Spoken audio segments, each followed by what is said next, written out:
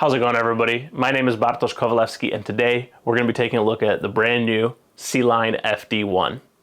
I recently got a package that had these FD1s in it, and I was super excited because I've seen some of my teammates throwing this disc already.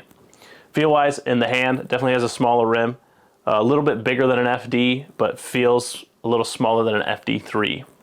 It's definitely on the flatter side of discs, and so I'm thinking maybe it won't have as much glide as an FD. Today, I'm going to be taking it out to the field and comparing it against a C Line FD and an Instinct. So let's go and check that out. So here, we're throwing the discs fairly softly, maybe 40 to 50% power. You can see the C Line FD with that nice flip up, even some left to right movement before fading out. The Instinct stays straight before fading out, and the FD1 you can see stays on hyzer almost the entire way at this power. Moving on, we're throwing the discs a little higher with some anhyzer. You can see the FD holding the anhyzer through the entirety of the flight. The Instinct, almost the same, just at the end, finishes out straight. And the FD1 has a much tighter left to right movement. You can see it finish out there at the end.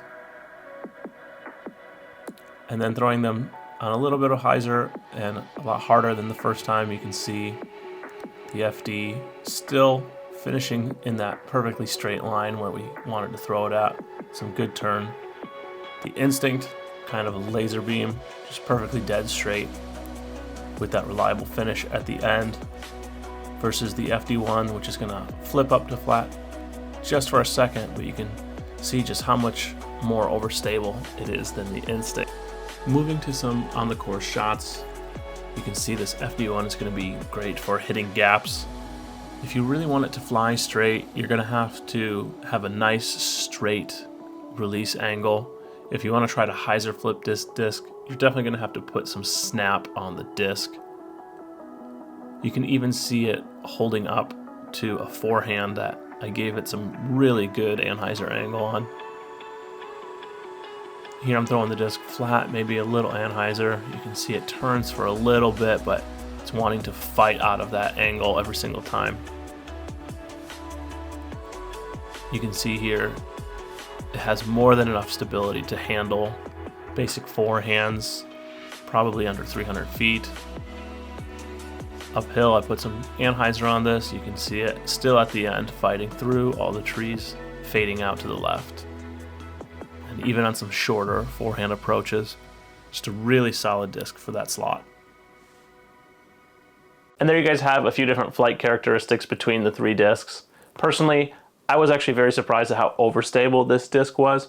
It's fairly similar to the Instinct, but wants to get to the ground a little faster, maybe a little less glide. But that's why it works for my forehand, and that's why this disc is going right in my bag. It kind of emulates the flight of those old beat-in FD3s for me. Keep an eye out for these discs. They'll be dropping soon on Discmania's website. Don't forget to like and comment on this video if you wish. Let me know what you guys want to see next. Subscribe to my channel if you want to see more, and I'll see you guys on the next one.